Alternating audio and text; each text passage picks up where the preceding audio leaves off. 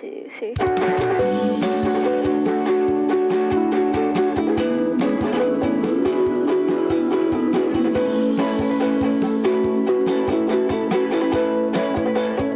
Hello, everyone. This is Kyle Galaz with Poor2Pro Car Sales Training Podcast. Become a Sales Titan. We are in season 10. This is episode 4 called Train Your Team. Now, this season 10 is for the sales managers out there, but I still want salespeople out there to listen to this because there's going to be a lot of stuff that you're going to need for the future of your career, which you're going to be a sales manager one day. You're going to be in finance one day. You have a lot of options ahead of you. If you continue to train, you're going to always get better, and your career is going to go just like this, always on the uptick. But training is the key to that. You got to always be bettering yourself. So if you're a salesperson, make sure you listen. But this season 10 is for sales managers because as sales managers, we have to run a store efficiently and we have to make the most amount of money for the store, but for our sales team. And training your sales team is extremely important because the more they know, the more your sales team knows, the more your salespeople have higher levels of skill, higher levels of negotiating abilities, higher levels of product knowledge, all these things that you can teach them. And yes, as sales managers, we have to make sure our team knows what they're doing. They're going to make more money, which in turn is going to make us more money, which in turn makes the dealership more money, which makes everything better. The money coming in is like the oil for the dealership. It lubricates everything. When there's money flowing, everything's just running smooth. It's a well-oiled machine. So training is very, very important. I have my notes down here. Welcome to the podcast. I do have a call to action before we get started. Make sure you share this episode with another sales manager out there. Spread the word. We'll get Poor2Pro out there to everybody. And the more knowledge we can share as a collective, the better we can all get. Thank you for all the support out there. I put something out last Saturday to all the salespeople that followed me on Instagram. Text me or message me if you sell a car today. And it was really cool seeing messages coming through out the day on Saturday of people selling one car, two car. Someone sent me that they did a hat trick. So it was really cool hearing from you guys. So make sure you follow me on Instagram also. All right. Update. Working on a new studio for the podcast. Season 11. It should be done by then. And this studio is going to have live guests on it. People in studio that are going to be able to sit with me and talk about car business, talk about business. I have a couple guests already ready to go. Just waiting for the finalization of the studio. And we're getting that dialed in right now. So hopefully by season 11, it's all done and we'll get some cool guests on there in person.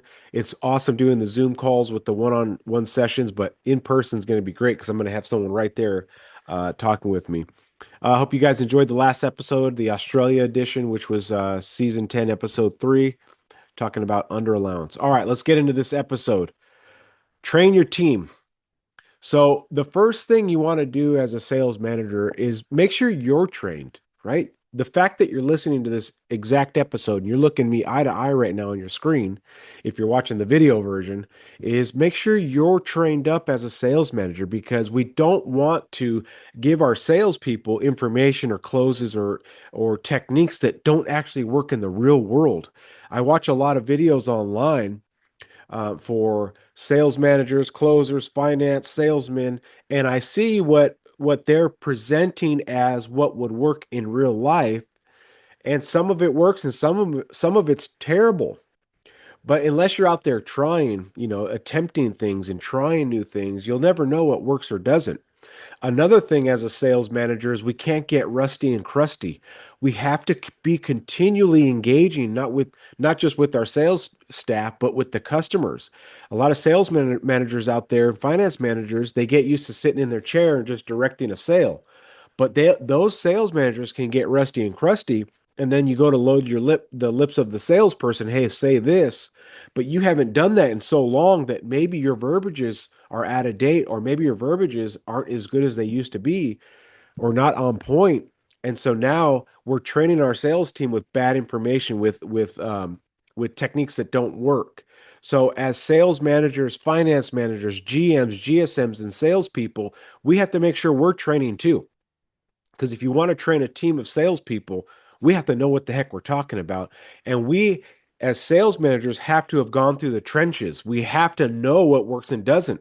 What's going to kill you on the battlefield and what's going to keep you alive on the battlefield. What's going to make you a lot of money or what's going to make you broke. So remember, we have to train ourselves before we get out there and do what works and train our salespeople what may not work. All right. So after you feel like, hey, I've been doing this for a long time. I've been a sales manager a long time, but I just need to share my information with the salespeople. That's what we're going to talk about. So the first thing up to is start individually. I have my notes here. I'm just going to look down. Is starting individually with your salespeople and customizing the training that they need. Because training a veteran that's been in the car business for 30 years is different than training a person that's been in the car business for 1 month. I hope we can all agree on that. You can't do a blanket training session when you have a guy that's been selling for 23 years and you have a guy that's been selling for 1 month, or a girl that's been in the business for 6 years versus a girl that's been in the business for 3 days. We have to train them differently. So I would start with individual one-on-ones and take notes throughout the day when you watch them. Are they doing a proper meet and greet? Are they building rapport enough? Are they getting too coming in too fast and looking at inventory on the computer without actually walking the lot? So what you want to do is maybe get a notepad out and figure out what things can we do to customize that training for that salesperson. So I would start with one-on-one training sessions with your salespeople privately. Hey, let's go to an office. I want to go over a few things that I noticed. And this is not a session of these are all the things you're doing wrong. We want to train. These are the things you're doing right. And here's the things that you could possibly do better. We don't want to bash our salespeople because we don't want to discourage them from trying new things and attempting what you told them and maybe looking like kind of a goofball because they said it wrong and you're watching. We don't want to do it to where they feel like they could get in trouble if they do it wrong. We want to make it a positive experience when you have these one-on-one sessions. So the first step to training is pick out an individual, focus on things that you've noticed in that training session. Hey, I've noticed that you're great with walkarounds, but you're not that great at the desk, right? And I feel like if you just tweaked a few things, you could be an amazing closer and maybe not giving away the gross at the desk, giving away floor mats, giving away this, giving away that. You do everything right. Let's focus on this one area. Or maybe you have a guy that's a killer at the desk, but doesn't know any product knowledge, and he's losing those customers on the lot that may need a little bit of product knowledge. I have a couple salespeople that are great at the desk. When they get a customer to the desk, they're really good at closing. But the problem is they're not getting a lot of people to the desk because what's happening on the outside? Are they doing a good product presentation? Are they doing good walkarounds? Are they able to compare products? And so that person might need a little bit of training on what's happening outside because we know when you get them to your desk, you're a slayer, you can close them. But why aren't you getting enough people logged in? Why aren't you getting enough people to your desk? We need to address that, figure it out. Could be product knowledge. New car franchises, you're going to get a lot of lookers, Mr. Salesperson. And if we don't have the ability to compare with the other brands, our competitors, we may never get that type of customer inside to work the numbers. Because guess what? Sometimes when you have a customer that you can razzle and dazzle in a lot with your product knowledge and your beautiful walk around awesome test drive, they flop over at the desk. Yep, I'm going to put 10,000 down. Here's my credit. Boom, boom, boom. Versus a guy that you struggle out with a lot and then it's a grind on the inside. So we want to customize our training with our salespeople, and I would start with one-on-ones. My next note was correct, don't bash. You don't want to make your salesperson feel goofy because they don't know what they're doing. We need to train them. They don't know because they don't know, if that makes any sense. We haven't trained them, so how do we expect them to be able to do what we can do as sales managers if we have never told them how to do it or showed them how to do it? One of the things I would do when we had Maserati and Alpha in our franchise as a franchise before they wanted us to go do all kinds of remods to our dealership, and we didn't sell enough of them to make that $3 million investment. So when we had Alfa Romeo Maserati and a customer came in and I had a salesperson that I knew was going to struggle with this type of customer, I would step in. I'd say, hey, introduce me to your customers. Oh, hey. Hey, Bill and Linda. My name's Kyle. I'm one of the sales managers here. I was a salesperson for many years, and if you don't mind, I'd like to tell you about the Maserati too, and my guy can help out too. Sure, no one's going to say no to more information and a great product presentation. And what I was doing there was not necessarily just trying to sell the customer, but I was showing my sales guy how to do it in real time. So make sure as a sales manager, you're showing your salespeople in real time. But getting back to the correct and don't bash, I got off on a side note there, is tell them, hey, this is what I think would help you sell more cars. This is what I think would help you make more money. Instead of saying, hey, you're doing it wrong. I feel like you need some training. You don't want to bash them or her because you could hurt their feelings and then they're scared to take that leap and say those things in front of you, especially if they have a customer in the showroom. All right. Uh, Next, sales meetings with all the sales staff. So we have a sales meeting every Saturday at 8 a.m. Some dealerships do it on Thursdays. Every dealership's a little bit different. We do it at 8 to 8:30. And sometimes it goes a little long, sometimes it's short, depending on what we're covering. But that's when I do a blanket training. Okay. And those trainings could be, something that a salesperson did that week that's worth mentioning. Hey, this sale is worth mentioning. How did you do that? I asked the salesperson what exactly happened, and then we break down live in front of everybody how that sale transpired. They came in for a one truck. They ended up leaving with the truck and an SUV for the wife. What happened there? Let's talk about it. And sometimes those real life experiences, that salesperson didn't may not even know what happened, but when they start telling the story, you can start realizing what happened, right? Salesperson was just doing a great job on the walk around of the truck. They saw a lot of value in it. Ended up walking by a nice SUV as they were doing a test drive on the truck. You're going to see something out of those stories that inspires the other salespeople, or a lot of times you discover what caused that to happen, that success story. Or sometimes you talk about the 10-pounder front end gross or the 6-pounder back end gross. Let's talk about that, and then we can talk about how it happened.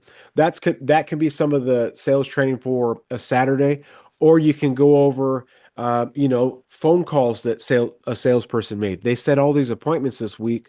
What exactly were they saying? And then you can possibly talk about what they said and do further training on that. But Saturday sales meetings is not the time to point out what an individual is doing wrong, or where we messed up. Let's keep it positive. Let's keep the Saturday sales meeting positive and not boring for our sales guys. We have some sales managers that go over stats, this, and this, that, and this. And it's a boring sales meeting. Salespeople are hunters. We want to get out there and hunt, and we want the right tools to go out and hunt. We're not you know, analysts, engineers. We're hunters. We like to get out there and hunt. So when you're training your salespeople, talk about things that they can do to sell more cars as a blanket on those big sales meetings. And I would keep it very positive and talk about the successes. How did you do that, Mr. Salesperson?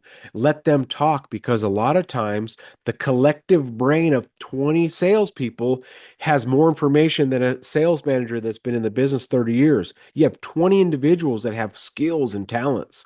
And sometimes they start talking about what happened, then it triggers something out. Next thing you know, you're having a training session without even them knowing it's a training session. So Saturdays, keep it fun, uh, keep it entertaining. You want to keep their attention.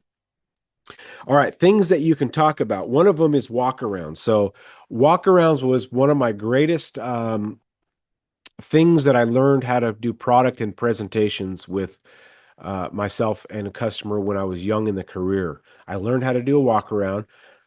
Excuse me. I learned how to do a product presentation that kept the customer engaged, asking lots of questions, getting them engaged, pairing up their phones, listening to their favorite song.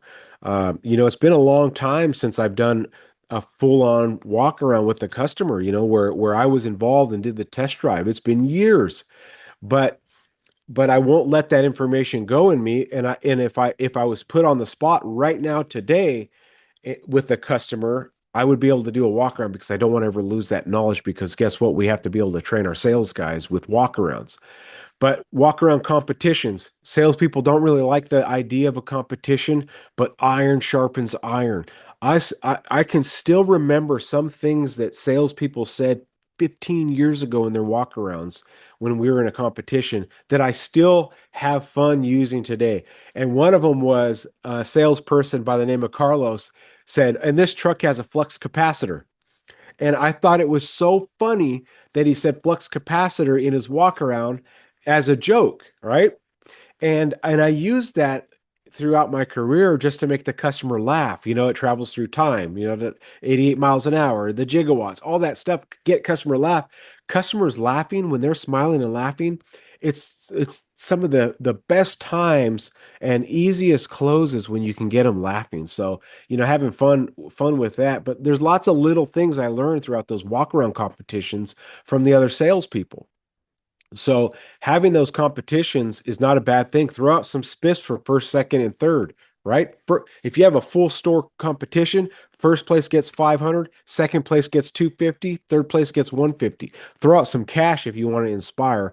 But what's going to happen is your salespeople are going to sharpen their skills on the product and how to present it.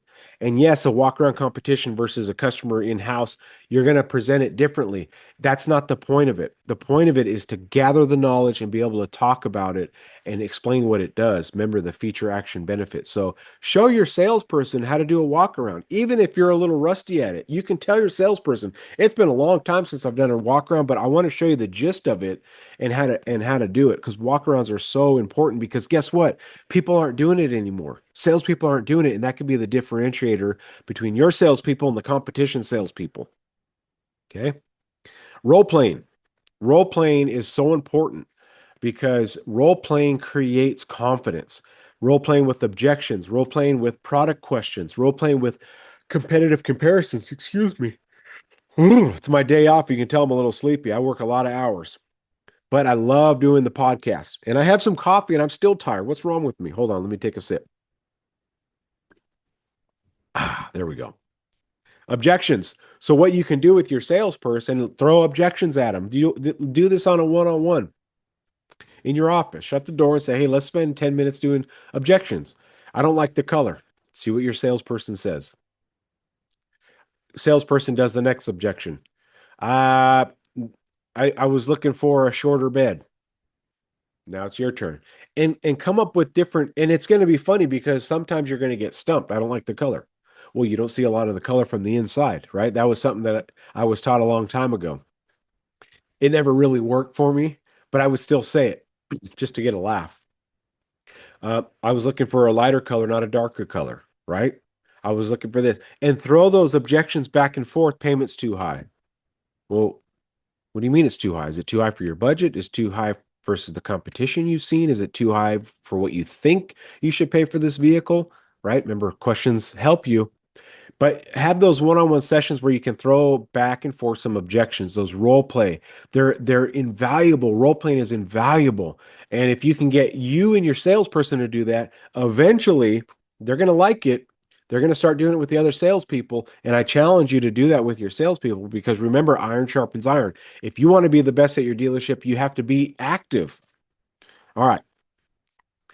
Building rapport. Have you taught your salesperson how to build rapport? Remember, a lot of salespeople coming up in the business are new to sales. They may have been in customer service before, right? That's why you hired them because they've had experience with customers, but have they really learned how to build rapport, asking questions, building a friend?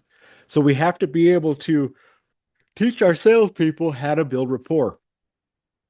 And we can't expect them to know all this stuff if we haven't trained them on it. We have to be knowledgeable. We have to be the ones to teach them. We can't get mad at them if we've never told them, right? You can't get mad at a salesperson or an employee uh, about the store's policies if you never gave them a handbook about the store's policies. Hey, we're not allowed to do that. Well, no one ever told me we're not allowed to do that, right? You can't be mad at someone for not knowing something if you never told them. So role playing, handling objections, building rapport is a great one. And then remember asking questions. Questions are so powerful. Remember, we have two of these ears and one mouth. Less talking, more listening.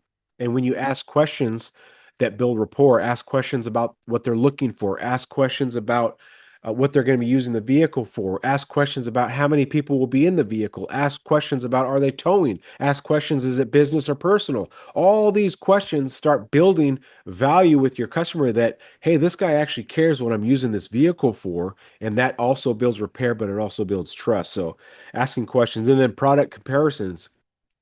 This is something that you can role play, right? If you sell Fords, ask your salesperson, hey, tell me about this Ford engine versus the Chevy engine in its class, and see if they know anything. Do they know? Do they not know? Maybe they need some training in that area. Maybe we need some training in that area. I always felt if you're the sales manager, then you need to be the best in the store. You have to be the best in the store, because how can we expect our salespeople to excel when we're not teaching them the right stuff, when we're not the best, right? We have to be the best in the store at all of it: product knowledge, walk around, um, building rapport, asking questions, role playing, all of it, closing deals, negotiating. If you're truly the best, which is probably why you're a sales manager in the first place, or a GSM or a GM, you are probably the best in the store. What we can't do is lose those skills. We can't get rusty and crusty. We have to stay on it. All right, moving on. Us as managers need to show salespeople how to do it with real customers. So this goes back to when I was showing that salesperson, and talking with the customer live on that new car. I want my salespeople to see me in action. And a lot of times after we make the deal, they'll come up to me and say, that was amazing. Thank you for your help. If you have a good relationship with your team, they're not going to have a problem saying that to you.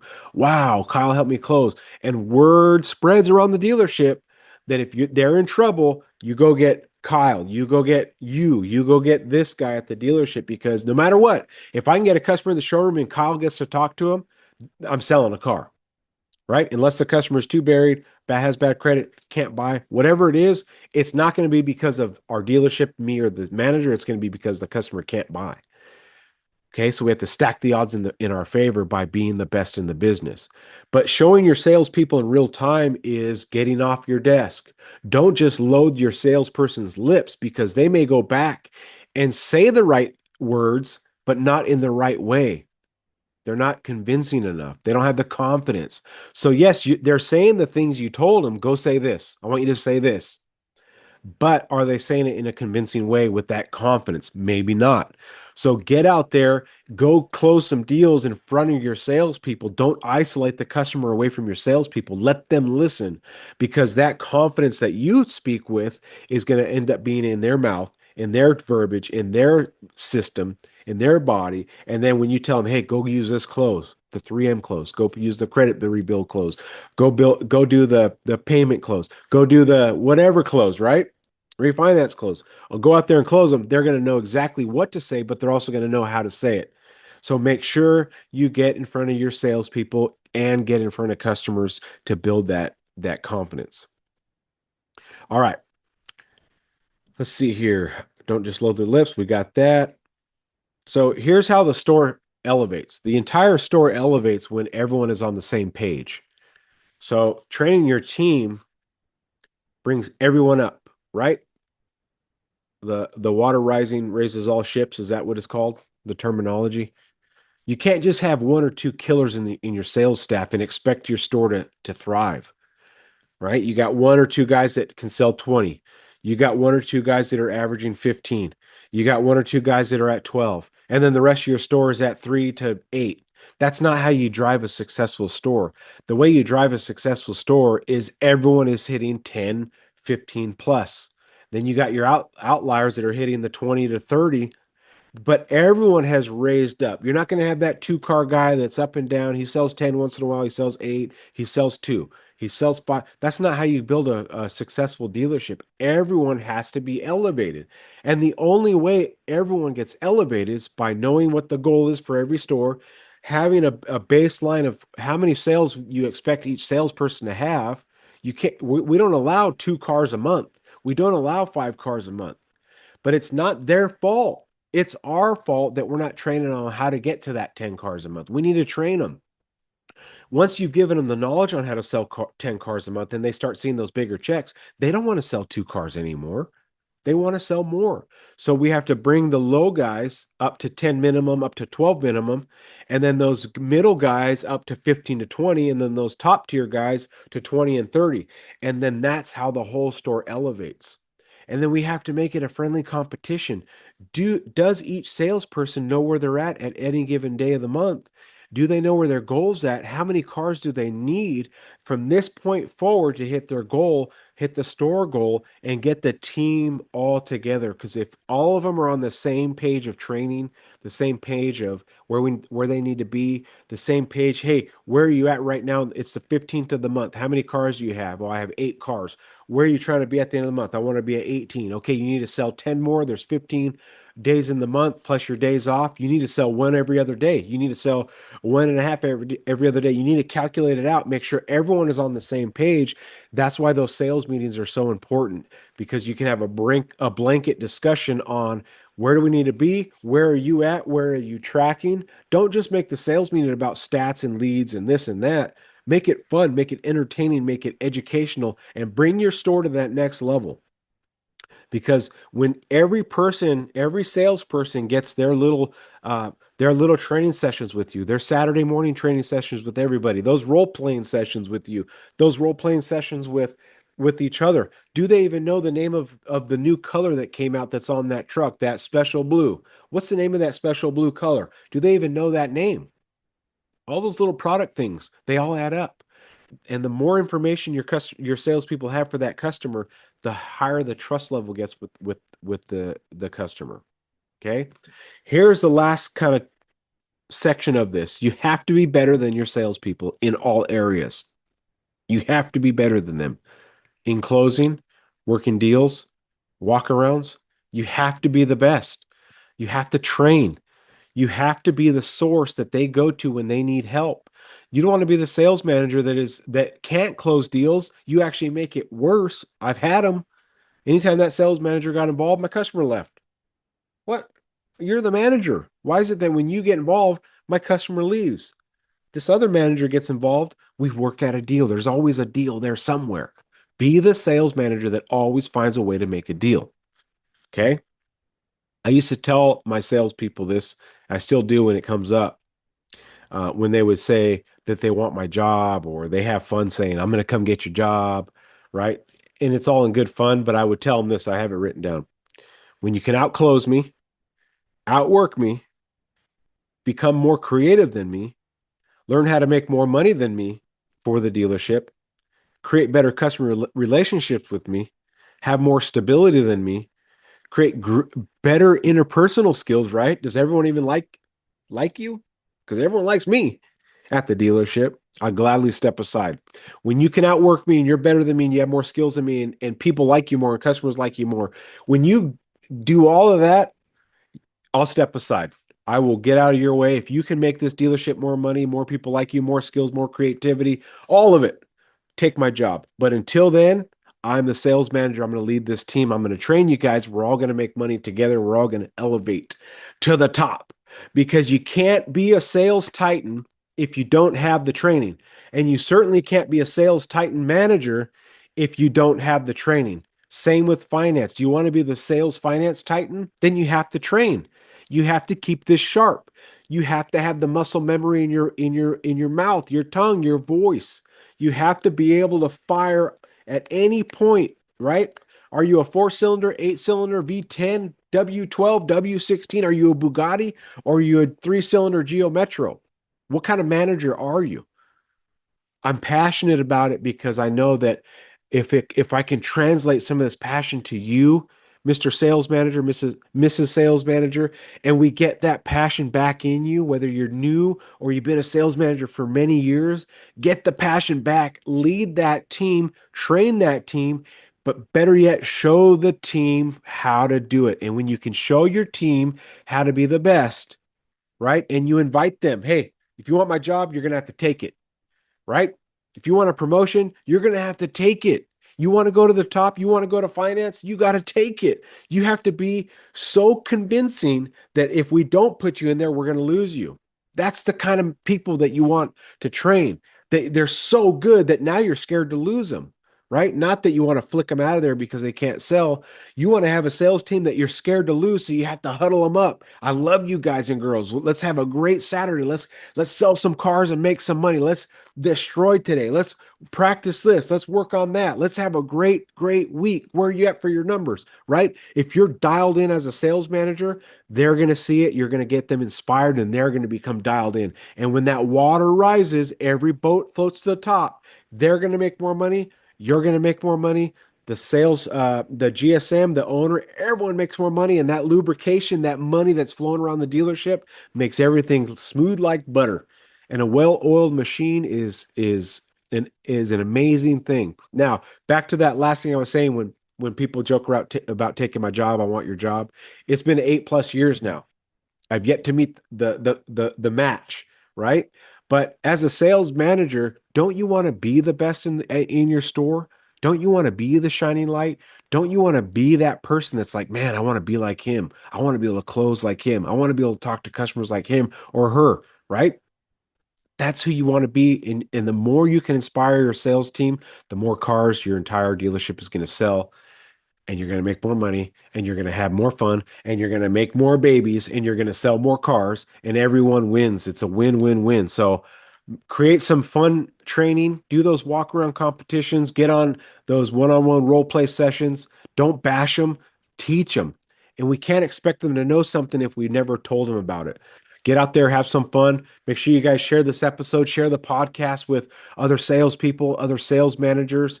I'm so happy to do this for you guys. I look forward to the next episode, and I look forward to season 11 when we can be in the studio with real live guests. I might have guests that are in different industries. I don't know where it's going to go with season 11. I might do a finance season in season 11, but we'll figure it out as we go. I appreciate all the kind words. Message me, Poor2Pro underscore car sales training on Instagram. Follow me on uh, Facebook, Kyle Galaz. You'll see it. You'll see my face on there. TikTok. I'm everywhere. Just type in Poor2Pro. Go to Amazon, buy the books. I love all you guys. Have a great day. Kyle Galaz signing out.